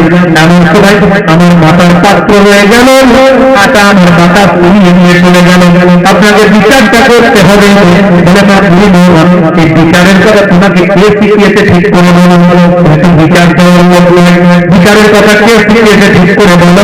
বলে একটা ছোট বাচ্চা, বলে বুঝে নিয়েছি ওটা সুলাইমান ছাড়া আর কেউ তোমাকে শিখাতে পারে না। কিন্তু মা বুড়িমা, এই বাতাসের কি আবার বিচার করা যায়? তোমার বুদ্ধি শিক্ষিত আছে নিশ্চয়, বাতাসের বিচার করা যাবে না। এই না, আমি রাজদরবার থেকে এক বস্তা আটা তোমার বাড়িতে পৌঁছে দেওয়ার জন্য তোমাকে নির্দেশ করব। এক বস্তা আটা দিয়ে দিচ্ছি, বিচার ফিচার চাইতে হবে না। বাতাসের আবার বিচার করা যায় না। বুড়িমা চলে যাচ্ছে আনন্দে। আচ্ছা খুশি হবে না? হবে না। একটুখানি আটা উড়ে চলে গেছে, এক বস্তা আটা পাঠানো, বিরাট খুশি। বুড়িমা বেরিয়ে চলে যাচ্ছে। এমন সময় সুলাইমান নবী আবার ধরছে, মা কি হলো? বলছে আমি এক বস্তা আটা তোমার আব্বা দিয়েছি। বলে তুমি খুশি হয়ে গেলে? বলে হ্যাঁ বিরাট খুশি আমি। একটু খুশি নয়, যদি তুমি এর থেকে বেশি পাও খুশি হবে না? কিন্তু তুমি এর থেকে বেশি পাও তাহলে খুশি হবে না?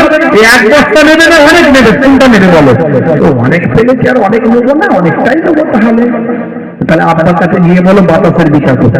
তুমি তো নবী, আব্বাকে গিয়ে বলো আপনি তো নবী, বাতাসের ডাকো, বাতাসকে ডেকে বিচার করবে। বুড়িমা দেখছে কথা তো ঠিকই বলেছে, আবার চলে আপনি তো পয়গম্বর, আমি এক বস্তায় খুশি নয়, আমার কেন মাথা থেকে উড়িয়ে নিয়ে যাবে বাতাসের বিচার করতে? আমি পয়গম্বর, বিচার করে সর্বনাশ কি আবার পাঠালো তোমাকে? আবার সে পাঠিয়েছে সুলাইমান, ওই কাজ। বুঝতে পারছি বাপ ওখান থেকে বলছে, আব্বা বলছে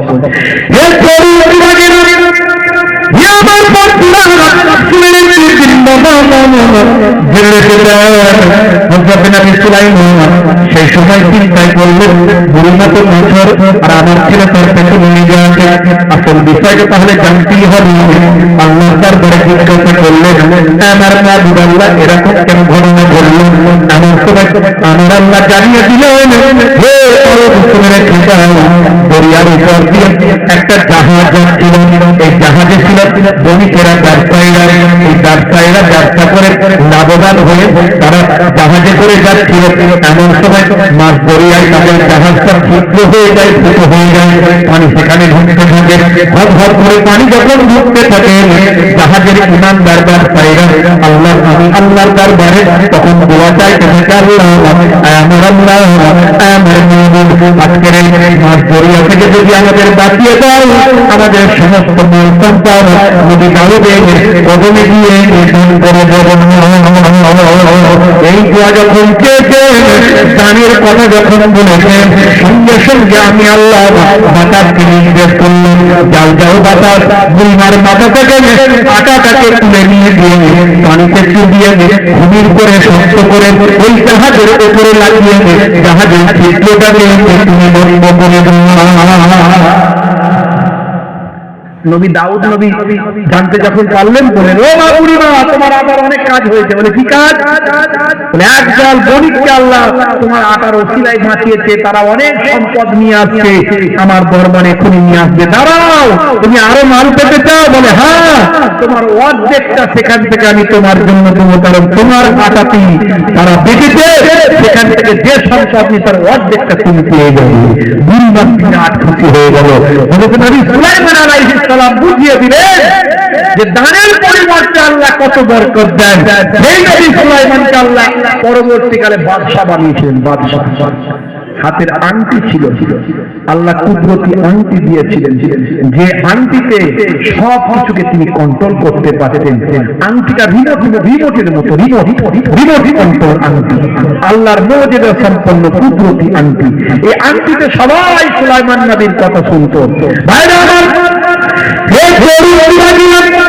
সুলাইমান নবী এক সময় রাত দরবারে বসে সমস্ত নারীর সঙ্গে স্বামীদের বললেন, আমার বিবাহের বয়স হয়েছে, একটা বিবাহের জন্য ব্যবস্থা করতে হবে। আমার বিবাহের একজন পাত্রীকে লক্ষণ করব, বিবাহের একজন পাত্রী দরকার। তবে যেমন তেমন পাত্রীকে নবী সুলাইমান, ডক্টর সুলাইমান বিবাহ করবেন। যে পাত্রীকে আমি বিবাহ করব, তার মধ্যে 4টি গুণ আমার দেখতে হবে। 4টি গুণ যদি যেগুলো পাত্রীর মধ্যে থাকে, সেই পাত্রীকে আমি নবী সুলাইমান বিবাহ করব। 4টে গুণ থাকতে হবে। একটা হলো দিনদারি, পরহেজগারি, ইবাদতকারী, সুন্দরী। দিনদারি, পরহেজগারি, ইবাদতকারী, সুন্দরী। দিনদারি, আমানতদারি, পরহেজগারি, সুন্দরী। এই 4টে গুণ যদি থাকে, এই 4টে গুণ যদি থাকে, তবে আমি সুলাইমান নবী তাকে বিবাহ করব। কে বললেন? সুলাইমান নবী। এই 4টে গুণের সন্ধান নিয়ে সবাই খোঁজা শুরু করে দিল। সবাই কি করলো? খুঁজতে শুরু করে দিল। ভাইরা আমার, তরুণ যুবকেরা আমার, মুরব্বিয়ানেরা আমার, আল্লাহর নবীও বলেছেন, যখন তোমার সন্তানের বিবাহ দেবে, তখন তুমি 4টে গুণ দেখবে। 4টে গুণ দেখবে। যে মহিলার মধ্যে, যে নারীর মধ্যে 4টে গুণ থাকবে, তাকে তোমার পুত্রবধূ করবে। জানেন, এগুলো তো আমরা জানি না। সুন্দর একটু দেখতে পাওয়া গেল, নারীটা সুন্দর, মহিলাটি সুন্দর, আমার ছেলের বৌমা করবো, বুঝতে পারছি, উঠে গেল, আর কিছু দেখলো না, বুঝতে পারছি। আর ছেলেটা দেখলো মেয়ের বাপ ইনকামটা করে, টাকায় ঢাকা ফেলে ইনকাম করে, আর কোনো কথা হবে না। বুঝতে পারছেন? বেশিরভাগ সংসারে দেখবেন 2-4 বছরের মধ্যে অশান্তি, ঝগড়া, ঝামেলা কেন লেগে থাকে? আল্লাহ নবী বলতেন 4টে জিনিস দেখবে। একবারে বুখারী শরীফের হাদিস 5090 নম্বর হাদিস। আন আবি হুরায়রা আনিন নবী সাল্লাল্লাহু আলাইহি ওয়াসাল্লাম ক্বালা তুনকাহুল মারআতু লিআরবাইন লিমালিহা ওয়া লিহাসাবিহা ওয়া জামালিহা ওয়া লিদীনিহা। আল্লাহর নবী বলছেন, যখন তুমি বিবাহ করবে একটা মহিলার মধ্যে 4টে জিনিস দেখবে। একটা হলো কি, তার মালে বাড়াবাড়ি, তার নাসাব বংশে বাড়াবাড়ি, আর তার সৌন্দর্যে বাড়াবাড়ি, আর দিনদারিতে বাড়াবাড়ি। তোমার সঙ্গে যেন ম্যাচ করে 4টে জিনিস। অন্তত অন্যান্য জিনিসগুলো যদি একটু অসুবিধাও হয়, কমজোরিও হয়, কিন্তু দিনদারিটা অবশ্যই ভালো করে দেখে নিন। অথচ নারী নামাজ পড়ে কিনা, কোরআন পড়তে পারে কিনা আমরা দেখি না, সুন্দর হলেই হলো, আর ছেলে ইনকাম করলেই হলো, তারপরে মাঝে মাঝে রাতের বেলা একটু লাল পানি চালায়, আর ও অসুবিধা নেই। কথা ঠিক না? কষ্ট হচ্ছে আপনাদের? কষ্ট তো হচ্ছে না, আর হবে না, না না কষ্ট হচ্ছে, বুঝতে পারছি। আমি ঢুকে ঢুকে বলে ফেলছি, আসলে আমার আজকে না ঘরে যাওয়ার তাড়াতাড়ি নাই, বুঝতে পারছেন? বলেন কেন? কারণ আমি এখান থেকে সোজা এয়ারপোর্ট যাব। আমার সকাল 6:30টার সময় ফ্লাইট আছে, মানে 6:30টার মধ্যে ঢুকতে হবে, 7টা কতই ফ্লাইট আছে। আমি গুয়াহাটি যাব, ওখানে আমার প্রোগ্রাম কালকে আছে। আলহামদুলিল্লাহ, দোয়া চাইবেন যেন সহি সালামত ওখানে পৌঁছে যায়। সবই আল্লাহর ইচ্ছা। আকাশের উপর দৌড়ে উড়ে যেতে হবে, বুঝতেই পারছেন। দুম করে পল্লীতে গেল, সব শেষ। তো ভাইরা আমার, আল্লাহ যেন সহিভাবে পৌঁছে দেয়। কালকে আসামের ডুমুরতলায় প্রোগ্রাম আছে, বিশাল প্রোগ্রাম, হাজার হাজার মানুষ সেখানে হয়। তারপর ওখান থেকে মেঘালয় যাব, মেঘালয় পরের দিনে প্রোগ্রাম করে ইনশাআল্লাহ 14 তারিখে ফিরবো। ওই জন্য আমার বাড়ি যাওয়ার তাড়াতাড়ি নাই, তো আমি ওয়াজ করে যাচ্ছি, রাতেরা পেরেশান হয়ে যাচ্ছে, হুজুর কখন ছাড়বে রে বাবু। আর আমার খাতা পেন নিয়ে বসে আছে বেচারা ঠান্ডায়, একটু মাল করি, না হলে আবার আগামী বছর করবো কেমন করে, একটু এগোতে হবে তো। কথা ঠিক না? সব দিকে তাই না? বাপেরা আমার একটু আপনারা দেবেন, আমি লম্বা চওড়া করছি না। সুলাইমান নবীর একদম গল্পের মতো করে বলে দিচ্ছি। সুলাইমান নবীর হাতে আংটি, সুলাইমান নবী আংটির দ্বারা আল্লাহ রিমোটের মতো সবকিছুকে কন্ট্রোল করেন। আর সুলাইমান নবী বললেন রাজ দরবারে, আমার বিবাহের প্রয়োজন, তোমরা একটা আমার জন্য এই 4টে গুণ বিশিষ্ট কন্যার সন্ধান করো। ভাই আমার, সুন্দরী, আমানতদারী, ইবাদতকারী, দ্বীনদারী, এই 4টে ভাই আমার যার মধ্যে গুণ থাকবে, এইরকম গুণ বিশিষ্ট একটা কন্যা সন্ধান করো, আমি বিবাহ করবো নবী সুলাইমান। এবারে ভাই আমার সৈন্যরা চারিদিকে সব বেরিয়ে পড়লো, একদম ঘেরা পিটিয়ে দেওয়া হলো। তখনকারের যুগে জানিয়ে দেওয়া হলো সুলাইমান নবী বিবাহ করবেন, এই 4টে গুণ থাকতে হবে, সব বলে দেওয়া হলো। শুনলো একটা জেলে, মাছ ধরে ফিরছিল একটা জেলে, সেও শুনতে পেল। শুনে মনে মনে করলো, আল্লাহ, এই 4টে গুণ তো আমার মেয়ের মধ্যে আছে, এই 4টে গুণ আমার মেয়ের মধ্যে আছে। পরহেজগারি আছে, দিনদারি আছে, আমানতদারি আছে, আর সুন্দরীও আছে, সৌন্দর্য আছে, সুন্দরীও আছে, 4টে গুণই আছে। কিন্তু আমি তো জেলের মেয়ের সঙ্গে বাচ্চার বিয়ে হবে, বাচ্চা বিয়ে করবে, গন্ডগোলে কেস। কোথায় এখন এক করতে যাবো, আর এক হয়ে যাবে। ঘরে গিয়ে বউকে আগে বলি, কি বলছে শুনি, তারপরে খবর পাঠাবো, দেখা যাবে। বউকে যখন বললো ঘরে রাখুন, তো মেয়েরা বেশি গার্জেন, কথা ঠিক না? বল, ছেলে গার্জেন না মেয়ে গার্জেন বলেন? ছেলে যদি ভাই আমার ওই কি বলবো, আপনার কি মিনিস্টার এখন বলে একটা, বউ হচ্ছে হোম মিনিস্টার, বুঝতে পারছি। আগে বউয়ের পরামর্শ করে কোনো কাজ হবে না। ভালো স্ত্রীকে গুরুত্ব দেবেন, ভালো জিনিস, অবশ্যই স্ত্রীকে গুরুত্ব দেবেন, কিন্তু ফাইসালা নিজের হাতে রাখতে হবে। কারণটা হলো আল্লাহ ছেলেদেরকে শারীরিক মানসিক ভাবে সব দিক থেকে পুরুষদেরকে শক্তিশালী করেছে। আমার মেয়েদের, আমি বলবেন মেয়েদের ছোট করলাম না, ভুল ব্যাখ্যা করবেন না। একজন বলছে, হুজুর আপনি সব কথা বললেন ঠিকই আছে, কিন্তু ওই যে বললেন না যে স্বামীর পায়ের তলায় স্ত্রীর জান্নাত, এটা কি মেয়েদেরকে ছোট করা হলো না? ইসলামে নারীদের সম্মান কোথায় দেওয়া হলো? তাহলে নারীদেরকে অসম্মান করা হয়ে গেল। আমি বললাম, আপনি ওর পরের লাইনটা পড়েন, ওর পরের লাইনই লেখা ছিল যে মায়ের পায়ের তলায় সন্তানের জন্য। ইসলামে কাউকে ছোট করা হয়নি, ভুল ব্যাখ্যা করবেন না। যার যেটা পাওনা হিসাব করতে সব উঠিয়ে দেওয়া হয়েছে। তো ভাইরা আমার তরুণ যুবকেরা আমার স্ত্রীর সঙ্গে গিয়ে জেলে বলছেন, জানো তো একটা ঘোষণা শুনেছি, এই ব্যাপার। আচ্ছা আমার মেয়ের মধ্যে তো 4টে গুণই আছে, বলছে খবর তো দেবো নাকি? বউয়ের আবার আলাদা বুদ্ধি, মেয়েদের আলাদা বুদ্ধি দেবে, গভীর চিন্তা করে, একটু ডিপলি ভাবে। একদম কথা বলতে যেও না, কোথায় বাচ্চা আর কোথায় জেলের মেয়ে, হাসবে নাকি? কোথায় রেগে গিয়ে আমাদেরকে সব অ্যারেস্ট করে নেবে, সব জেল পরিমাণে হয়ে যাবে। একদম কথা বলতে চুপ করে থাকবে, কেউ যেন না জানে। বলো ঠিকই বলেছো, ঠিক আছে কিছু বলবো না বাবা। কিন্তু মেয়ে ঘরে শুনে ফেলেছে। মেয়ে ছিল এত পরেশগার, এত খোদা বিরু, জীবনে কোন পুরুষ মানুষকে চেহারা দেখায়নি, এইরকম একজন নারী।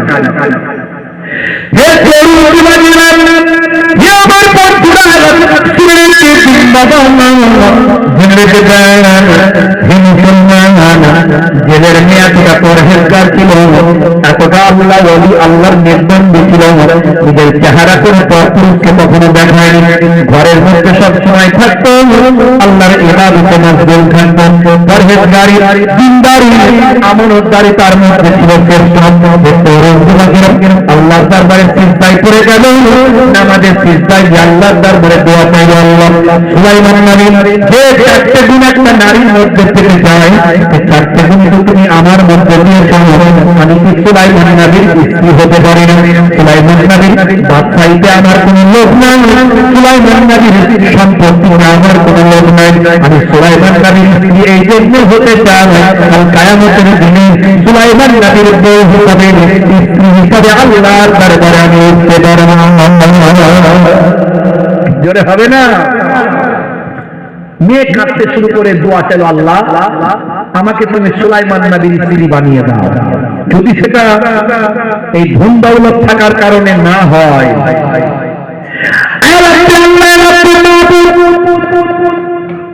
যদি সেটা সুলাইমান নবীর পাত্র হওয়ার কারণে যদি আমি জেলের নিয়ে পড়ে যদি সেটা সম্ভব না হয়, তাহলে তুমি সুলাইমান নবীকে বাদশাহী থেকে সরিয়ে গরিব বানিয়ে আমার সঙ্গে দিয়ে দাও, কারণ আমি সুলাইমান নবীর স্ত্রী হতে চাই।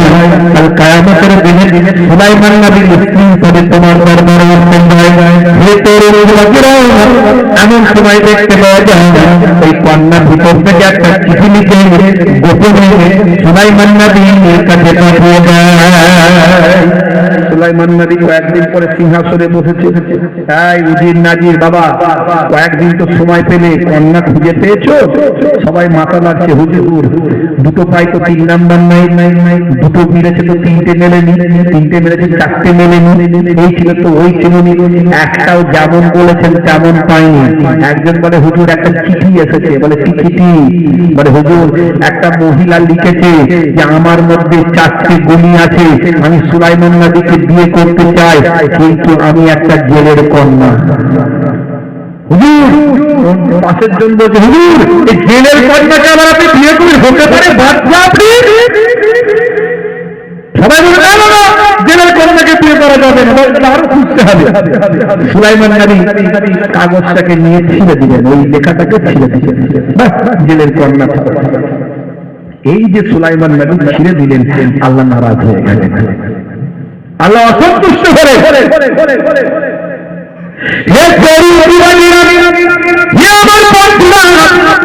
একটি দিন ছিল যে ছিল শয়তান দিয়ে সে সর্বদা সুলাইমান নবীকে ফলো করত। কিভাবে সুলাইমান নবীর আংটিটা চুরি করা যায়? সুলাইমান নবীর আংটিটা চুরি করে মনে রাখবেন, জিন এবং ফারিস্তারা যে কোনো সময় যে কোনো রূপ ধারণ করতে পারে। তুমি মুহাম্মাদুর রাসূলুল্লাহ সাল্লাল্লাহু আলাইহি ওয়াসাল্লাম আমাদের দয়ার নবীর চেহারা কোনদিন কোনো জিন ফারিস্তা ধরতে পারবে না। এছাড়া পৃথিবীর যার যার যে কোনো ব্যক্তি যে কোনো নবীর চেহারা জিনরা ধরতে পারে। সুলাইমান নবীর পিছনে লেগে থাকতে একটা বর্ণনা চিন্তা করতে যদি আমি আংটিটা পেয়ে যাই, সুলাইমান নবীর চেহারা ধরে আর সুলাইমান নবীর সিংহাসনে বসে সারা পৃথিবী আমি রাজত্ব করব। এই সন্ধানে ঘুরে বেড়াতো। একদিন দেখতে পাওয়া যায় সুলাইমান নবীকে ফলো করতেন। সুলাইমান নবী তার এক সঙ্গীর কাছে আংটিটা খুলে দিয়ে বলেন, বাবা ছেলে একটু আংটিটা রাখো, আমি একটু টয়লেটে যাবো, টয়লেটে যাওয়ার জন্য আমার সুলাইমান নবী আংটিটা খুলে দিয়ে একটু টয়লেটে যাবেন। আমার বন্ধুরা এমন সময় 10 মাইল চিন্তা সুলাইমান নবীর চেহারা ধরে আছে। ওই ব্যক্তিটিকে বলল, আমার আংটি দাও, আমাকে ফেরত দাও। 10 মাইল চিন্তা আংটিটা নিয়ে নিজের আঙুলে করে নিয়ে বলল, শোনো, একটা খবর আমার কাছে আছে, আমার মতো একটা নকল সুলাইমান দুনিয়াতে, কিন্তু আমি রাজত্ব কেড়ে নিতে চাই। যদি রাজ দরবারে এসে হাজির হয় তাকে মেরে ধরে সমুদ্রের কিনারায় ফেলে দিও, তাকে মেরে ফেলে দিও। কিছু সময় পর সুলাইমান নবী এসে বলল, বাবা আমার আংটিটা দাও, আমার আংটি দাও। কিসের আংটি? ও আপনি সেই লোক। সবাই মিলে এসে অরিজিনাল সুলাইমান নবীকে মারধর করে সমুদ্রের কিনারায় ফেলে দিয়েছে। বুঝতে পারছি ভাইরা আমার, এত মারধর, এত আঘাত, সুলাইমান নবীর শরীর রক্তাক্ত সমুদ্রের কিনারায় পড়ে আছে।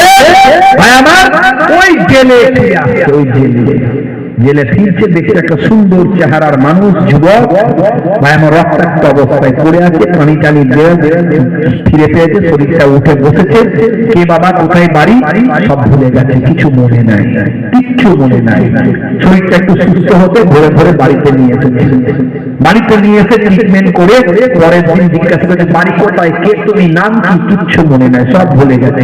স্মৃতিশক্তি শেষ, আগের স্মৃতিশক্তি কিচ্ছু নাই। বাবা তুমি এক কাজ করো, তোমার নামাজি পরহেজগারি আমরা দেখেছি, তুমি খুব নেক বান্দা, তুমি আমার বাড়িতে থাকো। যেদিন থেকে এসেছো আমার বাড়ি উন্নতি হচ্ছে, তুমি আমার বাড়িতেই থাকো। কয়েকদিন থাকার পরে বললেন, চলো বাবা, আমার একজন কাজের লোক দরকার মাছ ধরার জন্য, আমার অনেক মাছ উঠছে ইদানিং, তুমি আসার পর থেকে আরো উঠছে, তুমি আমার সঙ্গে যদি সাথ দাও 200 স্বর্ণ মুদ্রা তোমাকে মাসে মাসে দেবো। ঠিক আছে, তাই হবে। সুলাইমান নবী যান ওই জেলের সঙ্গে মাছ ধরতে। যখন মাছ ধরতে যান আরো বেশি মাছ করে, বুঝতে পারতে খুবই পরিশ্রম করে, উনি কষ্ট করে। এমন সময় দেখতে পাওয়া যায় 1 বছর সুলাইমান নবী জেলের বাড়িতে আছে, পূর্বের কথা ভুলে গেছে।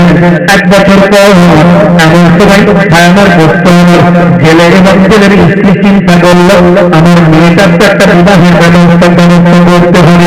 এমন সময় এই ছেলেটি যে ছেলেটি আছে, এই ছেলেটির না বাপ না মা না ঘর দর কোনো পরিচয় নেই, কিন্তু নামাজি পরহেজগার ভালো মানুষ, নেক মানুষ, আল্লাহর নেক বান্দা। যেদিন থেকে আমার বাড়িতে এসেছেন সেদিন থেকে আমার বাড়িতে রহমত বরকতে ভরপুর হয়েছে। এই ছেলেটিকে যদি আমরা জামাই করি আমাদের সংসারে উন্নতি হবে। যদি এই ছেলেটি মেনে সুলাইমান নবীর কাছে তার একটা কন্যার ব্যাপারে বললেন, শোনো, আমার বাড়িতে আরেকজন ব্যক্তি থাকে, তুমি কি জানো? বলে না, জানি না। আপনার তো 2 জন আর আমি 3 জন থাকি। বলে না, আমার কন্যাও থাকে। 1 বছরে তুমি জানতে পারোনি? বলে না, জানতে পারিনি। শোনো, আমার কন্যার মধ্যে 4টে গুণ আছে, তার মধ্যে আমানতকারী আছে, দিনদারি আছে, পরহেজগারি আছে, সুন্দরী আছে। 4টে গুণ আমার কন্যার মধ্যে আছে। আজ পর্যন্ত দ্বিতীয় কোনো পরপুরুষকে কোনোদিন দেখা যায়নি। বলো বলো, আমার কন্যাকে কি তোমার বিবাহ করতে কোনো আপত্তি আছে? সুলাইমান নবী বললেন, না, এটা সৌভাগ্যের ব্যাপার, এত ভালো কন্যা আমি বিবাহ করবো। বিবাহ হয়ে গেল। জামাই শ্বশুরে মাছ ধরতে গেল, ওই দেখা গেল 1 বছরের মধ্যে দেশে একটা অরাজকতার পরিস্থিতি তৈরি হলো। মানুষজন আলোচনা করতে লাগলো, সুলাইমান নবী এত সুন্দর দেশ চালানো, কিন্তু 1 বছরে কি হয়েছে? সিংহাসনে বসে আছেন বটে, দেশের দিকে তার লক্ষ্য নেই। দেশের মানুষ ধ্বংস হয়ে যাচ্ছে, সুলাইমান নবী দেশের কোন মানুষের ভূক্ষেপ করছিলেন। জানি না কি হলো, সুলাইমান নবী কেন এমন হয়ে গেলেন, পাইগম্বর বার্তা কেন এমন হয়ে গেল। এমন সময় একটা ভালো দিন ছিল, সে দেশের মানুষের অবস্থা খেয়াল করে সুলাইমান নবীর রাজ দরবারে লক্ষ্য করতে গেল। এখন সুলাইমান নবী কেন করছেন? এমন সময় রাজ দরবারে গিয়ে দিন দেখতে গেলেন সুলাইমান নবীর সিংহাসনে সুলাইমান নবীর পরিবর্তে সুলাইমান নবীর চেহারা ধরে শয়তান ভালো দিন মারতে যাই ঘুষি, ও মাছুট এই পেছুর তাড়া করতে করতে সোজা সমুদ্রের উপর দিয়ে বেরিয়ে চলিয়ে হাত থেকে আংটিটা সমুদ্রে তার পড়ে গেল। জানেন শয়তান জিনটার আংটিটা পড়ে গেল। ভাই আমার, একটা বড় মাছ খাবার খাওয়ার চেষ্টা করছিল, আংটিটা তার পেটের ভিতর ঢুকে গেল। শ্বশুর জামাই দুজনে এবার মাছ ধরতে শুরু করেছে। বিয়ের পরের দিন মাছ ধরতে গেছে, আরো বেশি মাছ করেছে। আল্লাহ আরো খুশি, আল্লাহ এত খুশি, আরো বেশি মাছ। আমি বড় মাছটাও জালে উঠে গেছে। এখন শ্বশুর চিন্তা করছে এত মাছ কি করবো, সব বিক্রি করে দেবো, সব বিক্রি করে দেবো। এত বড় মাছ এই প্রথম করেছে, এই মাছটা ঘরে নিয়ে যায়। আমার নতুন জামাই কিছুই তো খাওয়াতে পারেনি, মেয়েকে বলবো ভালো করে জামাইকে আগে খাও, তারপরে আমরা খাবো। ওই বড় মাছটা নিয়ে ঘরে গেলেন, গিয়ে মেয়েকে বলেন, মা এই মাছটা আজকে পাইয়েছেন আল্লাহ, বুঝতে পারছিস এই তোদের বিয়ের জন্য আল্লাহ হয়তো দিয়েছেন এত বড় মাছ। আমার জামাইকে তো কিছুই খাওয়াতে পারিনি, আমি জেলে মানুষ, গরিব মানুষ। আল্লাহ আমার জামাইয়ের ওসিলায় এত আল্লাহ হয়তো বরকত দিচ্ছে, যে এত মাছ উঠেছিল কত বিক্রি করলাম। এই মাছটা নিয়ে এসেছি, ভালো করে কেটে কুটে পরিষ্কার করে রান্না করে জামাইকে খাওয়া, তুই খা আর আমরাও খাবো ইনশাআল্লাহ। নিয়ে যখন মাছটা কাটতে, মাছের পেটের ভিতর থেকে সেই অলৌকিক কুদরতি আংটিটা বেরিয়ে আসে, যেতে হবে না। তখন ওই মেয়ে চিন্তা করলো, জিন্দার মহিলা চিন্তা করলো, আরে আমি জেলের ঘরের মেয়ে, আমার স্বামীকে তো দেবার মতো উপহার আমার কিছু নাই, অন্তত আল্লাহ হয়তো একটা আংটি পাঠিয়েছে, আমি তো উপহারটা আমি দিই। খাওয়া দাওয়া হয়ে গেল, ওই গো তোমার হাতটা দেখি, আমি তো গরিব ঘরের মেয়ে, তোমাকে তো কিছু দিতে পারিনি, তাই আল্লাহ হয়তো একটা আংটি পাঠিয়ে দিয়েছে।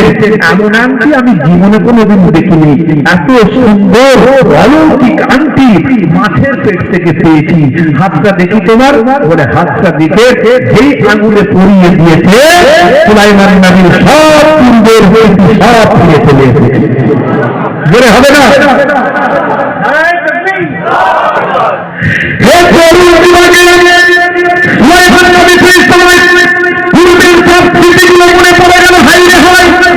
আমি তো বাদশাহ, আমি উড়ন্ত সিংহাসন করে সারা পৃথিবীতে রাজত্ব করি, আমি দাউদ নবীর সন্তান, আমি তো বাদশাহ। আজকে আমার কি অবস্থা মনে করে গেল, জেলের মেয়ের তারপর থেকে আমার জীবনে কিছু মনে নয়। আমি হয়তো ভুল করেছিলাম, চিন্তায় পড়ে গেল সুলাইমান নবী, চিন্তায় পড়ে আল্লাহর দরবারে কাঁদতে লাগলো।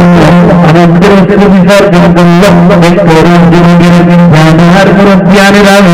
আমার আল্লাহ সুলাইমান নবীকে সবকিছু ফিরিয়ে দিলেন। ওদিকে আমার রাত দরবার ফাঁকা, মানুষ অরিজিনাল সুলাইমান নবীকে খুঁজে গেল, খুঁজতে খুঁজতে খুঁজতে খুঁজতে অরিজিনাল সুলাইমান নবীকে পেয়ে গেল। সুলাইমান নবী এবার তার স্ত্রীকে নিয়ে রাত দরবারে গিয়ে রাজত্ব আবার নতুন করে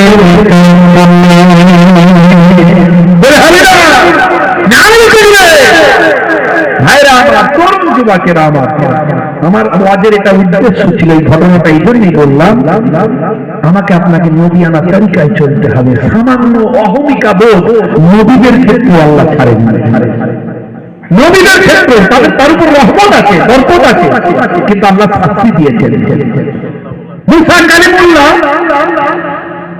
একজন ব্যক্তি জিজ্ঞাসা করলো, নবী মুসা আলাইহিস সালাম, আপনি তো পয়গম্বর, আপনি নবী, আপনার তাওরাত নাযিল হয়েছে, বলুন তো এই জামানার সবচেয়ে জ্ঞানী মানুষকে, সবচেয়ে জ্ঞানী মানুষকে?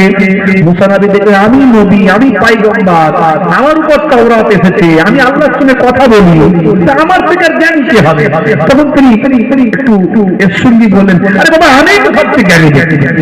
এই আমি তো জ্ঞানী ব্যক্তি নিজের মুখ থেকে বলাটা আল্লাহ পছন্দ করলেন না।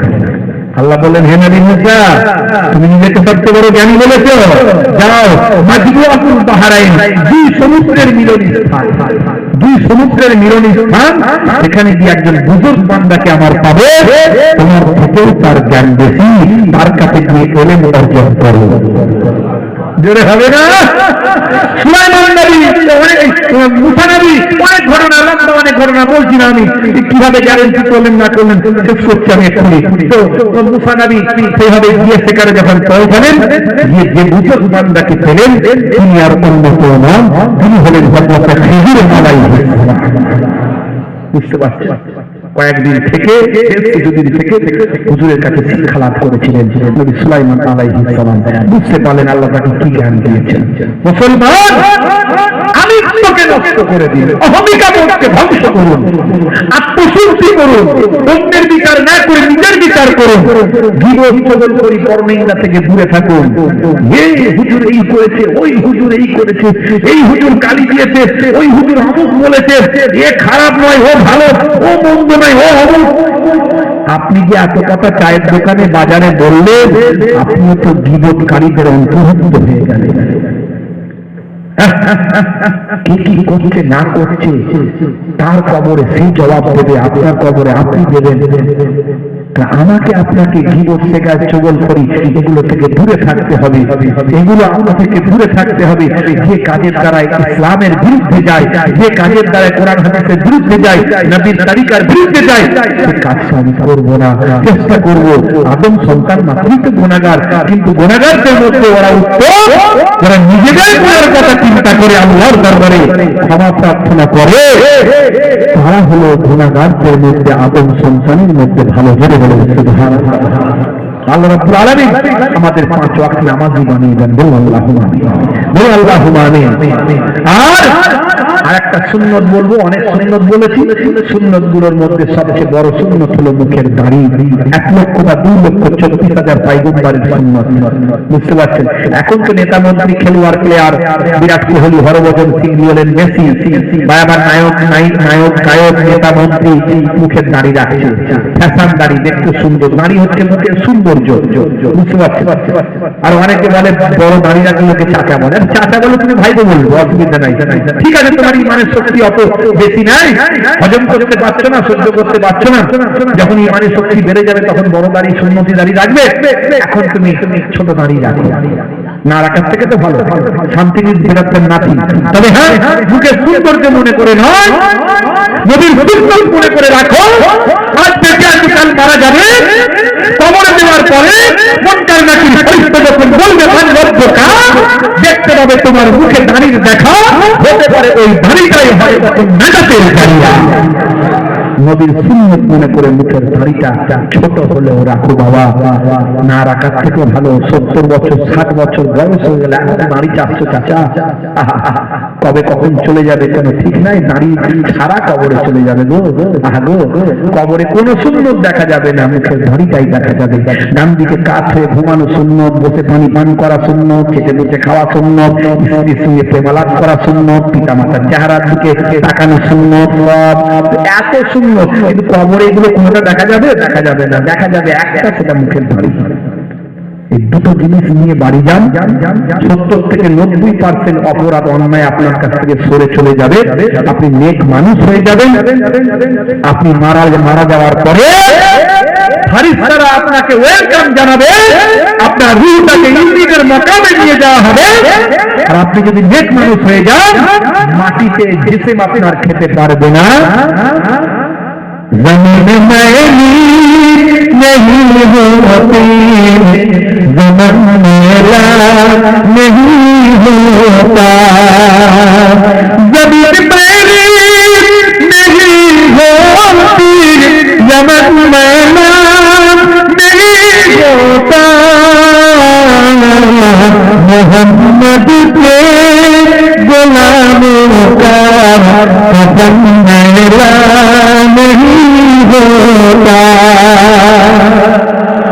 নবীর সুন্নতের গোলাম যদি হয়ে যান, নবীর যদি গোলাম হয়ে যান, আপনার কাফনের কাপড়টাও মাটি খেতে পারবে না।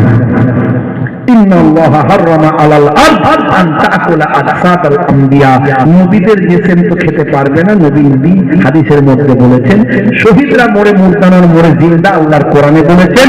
আর তিন শ্রেণীর মানুষ হলো আল্লাহর বন্ধু, হ্যাঁ, মিনান নাবিয়িনা ওয়া সিদ্দিকিনা ওয়া শুহাদা ওয়া সালিহিন। চার শ্রেণীর মানুষ আল্লাহর বন্ধু, উলাইকা রাফিকা, এই চার দল হলো আল্লাহর উত্তম বন্ধু। আপনি সালিহিন, সিদ্দিকিন, সত্যবাদী, নেককার হয়ে যান, আপনার জিসিম মাটি খেতে পারবে না ইনশাআল্লাহ।